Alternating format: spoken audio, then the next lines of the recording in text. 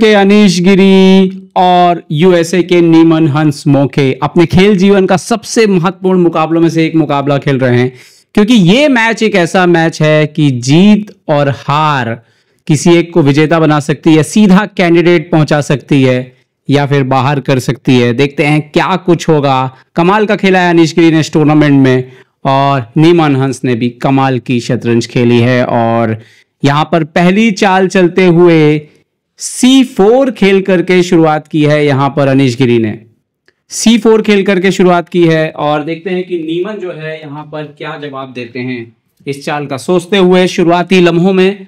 और देखना होगा कि क्या जवाब देंगे। यहां पर जवाब दिया है उन्होंने नाइट F6 खेलते हुए, घोड़े को निकाला है बाहर यहां पर। और यहां पर आता हुआ नाइट C3, महत्वपूर्ण ये मौका है। और देखना ये होगा कि इंग्लिश ओपनिंग हुई है यहां पर।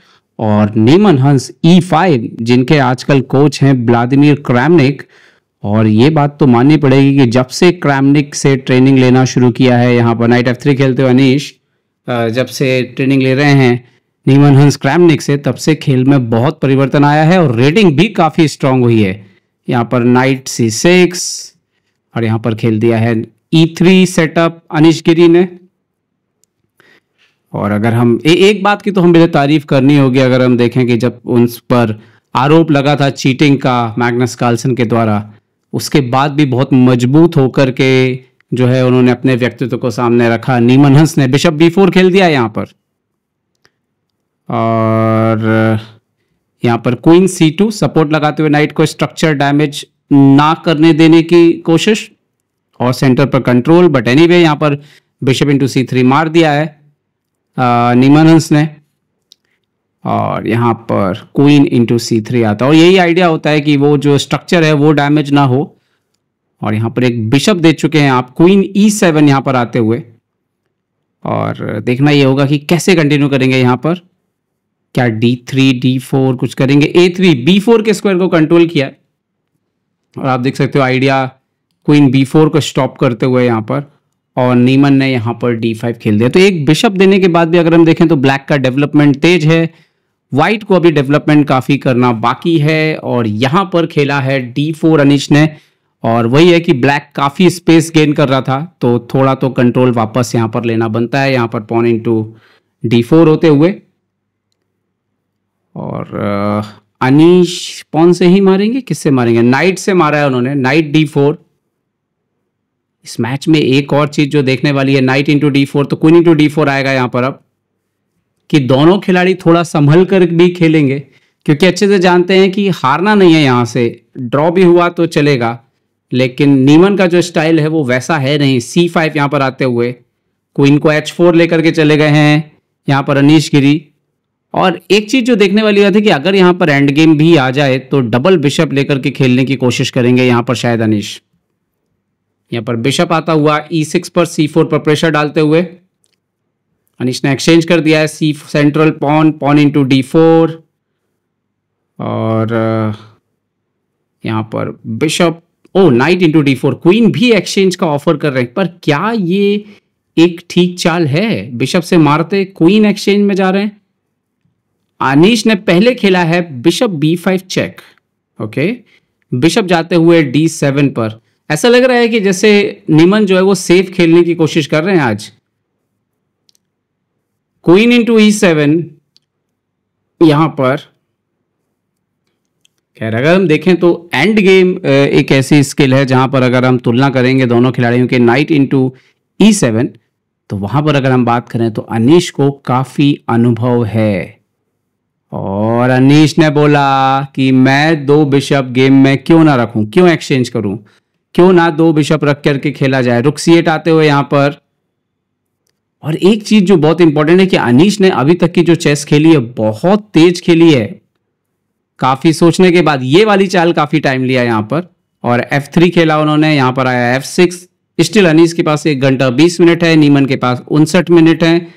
कभी कभी लगता है कि गेम जल्दी ड्रॉ की तरफ जा रहा है, बट यही एक्स्ट्रा टाइम जो है यहां पर मदद करता है खिलाड़ियों को थोड़ा बेहतर करने में। और ये बात आपको माननी पड़ेगी कि इस पोजीशन पर किंग F7 खेल दिया है डबल बिशप की अगर हम बात करें तो वो एंड गेम में असर डाल सकते हैं। अब देखना यह है कि वो पीसेस को रखते कहाँ पे। रुक D1 पहली बात तो, बिशप पर अटैक, बिशप E6 खेल दिया यहाँ पर। अब यहाँ पर देखना होगा बिशप B3 भी आ सकता है। अनीश ने यहाँ पर खेला है H4। अब यहाँ पर एक जो देखने वाली बात है कि आप देखिए कि यहाँ पर हैं 4 पॉन, मतलब पॉन मेजोरिटी किंग साइड पर जो है वो अनीश के पास है, क्वीन साइड पर जो है वो नीमन के पास है। नीमन ने B6 खेला है, स्ट्रक्चर को मजबूत किया है। यहाँ पर E4 खेल करके जगह बनाई है अपने बिशप को गेम में लाने के लिए। नाइट आता हुआ यहाँ पर C6 पर D4 आने की तैयारी। बिशप E3 पर आ गए हैं यहाँ पर अनीश गिरी।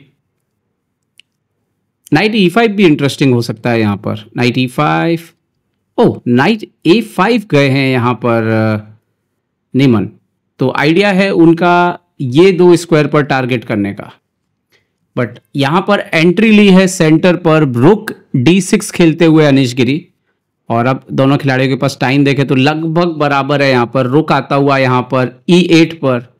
अनीश वो खिलाड़ी हैं कि धीरे धीरे इंप्रूवमेंट करने के लिए जाने जाते हैं। यहाँ पर G4 कह सकते हैं कि आज उनको उनके टाइप की पोजीशन मिली है।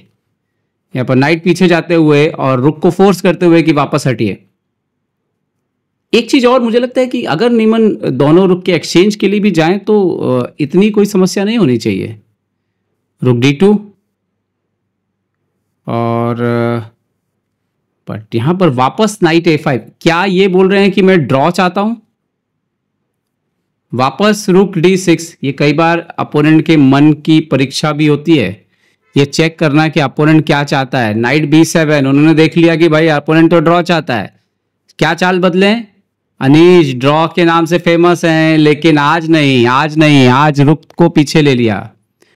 रुक D1 खींच लिया यहां पर और फिर से नाइट A5 जाते हुए ऐसा लग रहा है कि कोई प्रोग्रेस नहीं करना चाहते हैं यहां पर नीमन। बट यहां पर रुक आ चुका है C1 पर। किंग E7 वापस शायद सेंटर पर अब रुक एक्सचेंज करने के लिए तैयारी कर रहे हैं, लेकिन कहीं ना कहीं ये पोजीशन जो है अब थोड़ा इंटरेस्टिंग हो रही है। और क्या यहां पर कुछ और इंटरेस्टिंग हो सकता है? बिशप गया है A6 पर रुक को परेशान करते हुए। सडनली एक्चुअली में यहां पर व्हाइट का पोजीशन जो है वो काफी इंप्रूव लग रहा है। रुक आया है यहां पर E8 पर और क्या एक्सचेंज करेंगे यहां पर? रुक D8, सॉरी रुक D8, रुक D8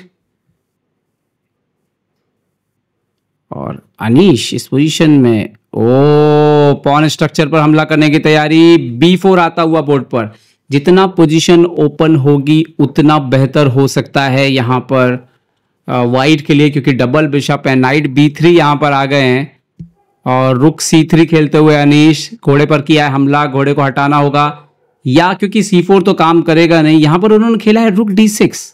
ओके, रुक बिशप के चूंकि सपोर्ट पर है नाइट तो उसको नहीं हटाया। यहां पर पॉन इंटू C5 आता हुआ और एक्चुअली में दिक्कत यह है कि शायद वो पॉन मर रहा है। नाइट C5, यहां पर पॉन इंटू C5 और ये पोजीशन जो है वो बिल्कुल बेहतर होती हुई यहां पर अनीश के लिए। उनको बस देखना है कि किस तरह के एंड गेम में वो एंटर करेंगे यहां पर। और एक बार अगर ये पोजीशन, अभी तो फिलहाल उनका बिशप जो है उसको बचाना होगा या कुछ और करने का प्लान करेंगे। रुक इंटू B3 मारा है उन्होंने यहां पर और वो A6 का बिशप है वो देने के लिए तैयार है। ओ बिशप इंटू B3 यहां पर, तो ये एक्सचेंज। तो यहां पर बिशप इंटू C5 और सेम कलर बिशप में अगर हम देखें तो ये तो बहुत, जैसे सेम कलर बिशप में एक बात कही जाती है कि अगर आप एक पॉन भी अप हो तो आपका मैच जीतना तय माना जाता है। और यहां पर अगर हम देखें तो डेफिनेटली एक पॉन अप है यहां पर और ये मैटर ऑफ टेक्निक है। यहां पर एक्सचेंज हो चुके हैं रुक और अभी सिर्फ किंग और बिशप और पॉन बोर्ड पर हैं। देखना यह है कि इस पोजीशन को कैसे कन्वर्ट करते हैं। G5 स्ट्रक्चर को और तोड़ते हुए, और ये स्ट्रक्चर टूटेगा तो सेंटर से पास्ट पॉन भी निकलेगा यहां पर। और यहां पर बिशप को E6 लेकर के गए हैं। तो देखें अगर तो कुछ ऐसा लगा नहीं कि गेम कब पूरी तरह से हाथ में ले लिया अनीश ने। धीरे धीरे कंट्रोल बढ़ाया अपना। किंग E3 यहां पर किंग को ऊपर लेकर के आ रहे हैं, बस उस पॉन को सिक्योर करना होगा। और अगर जो देखें तो बिशप तो फिलहाल कट ऑफ करके बैठा हुआ है, तो सवाल नहीं उठता कि कुछ वहां पर किंग की एंट्री हो पाए। तो किंग F4 आ गए यहां पर। किंग D4 और अंदर आने की कोशिश करते हुए और यहां पर बस आपको प्लान अच्छे से करना है। पॉन इंटू F6 यहाँ पर आ चुका है और pawn into F6, pawn structure भी टूट गया है। अब खेला है यहाँ पर उन्होंने A5 बिशप B5 करके हटना चाहते हैं। यहाँ पर H6 किया है और देखना ये कन्वर्ट कैसे करेंगे, यही बहुत महत्वपूर्ण है। A6, वो बढ़ते जा रहे हैं वहां से पॉन, और किंग काफी दूर है। और किंग की दिक्कत ये है कि आप क्या क्या संभालेंगे। बिशप जो है वो कभी ना कभी आपको मूव करना पड़ेगा। किंग को दूर करेंगे तो E5 आ जाता है या किंग F5 के भी चांसेस बनेंगे। यहाँ पर बिशप आता हुआ E7, और ये सिर्फ जीत नहीं होगी। मुकेश आके मैच देख रहे हैं, ये सिर्फ जीत नहीं होगी अनीश के लिए। अनीश कैंडिडेट क्वालिफाई कर जाएंगे, जो कि अपने आप में एक बड़ी बात है। यहाँ पर पॉन E5 ब्रेक आता हुआ दोस्तों, और इसके साथ राजा फ्री हो जाएगा और F वाला पॉन जो है वो फ्री हो जाएगा क्वीन बनने के लिए। यहाँ पर किंग को पास आए हैं, अच्छी चाल है यहाँ पर, कोशिश तो अच्छी है, बट यहाँ पर एक और पॉन जाएगा, पॉन इंटू F6 आ जाएगा। अब अनीश सोचते हुए, बार बार हाथ ले जाते हुए और सोचते, बट मारेंगे। किंग यहाँ पर मार दिया पॉन इंटू F6, और किंग आया है यहाँ पर E6 पर। E1 मुझे लगता है F7 भी कर सकते हैं ताकि किंग को और दूर भेज दें।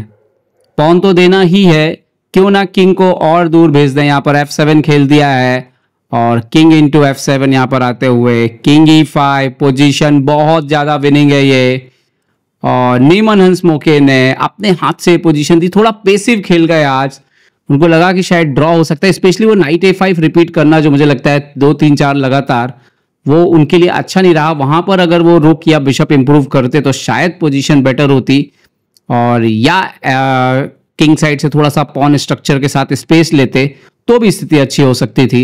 और ये मैच जो है पूरी तरह से अभी नियंत्रण पर है। दिक्कत ये होती है दोस्तों, अब ये जब पॉन बढ़ना शुरू होगा, इसको रोकना मुश्किल हो जाएगा, और फिर ये किंग कभी भी स्विच करके इधर भी जा सकता है और इस पॉन को। और यहाँ पर हार स्वीकार कर ली है अनीश गिरी जो है। यहाँ पर ना सिर्फ कैंडिडेट पहुंच गए हैं, चेहरा देखिए, स्माइल बता रही है, बल्कि कैंडिडेट तो पहुंच ही गए हैं, चैंपियन भी बन गए हैं ग्रैंड स्विस के।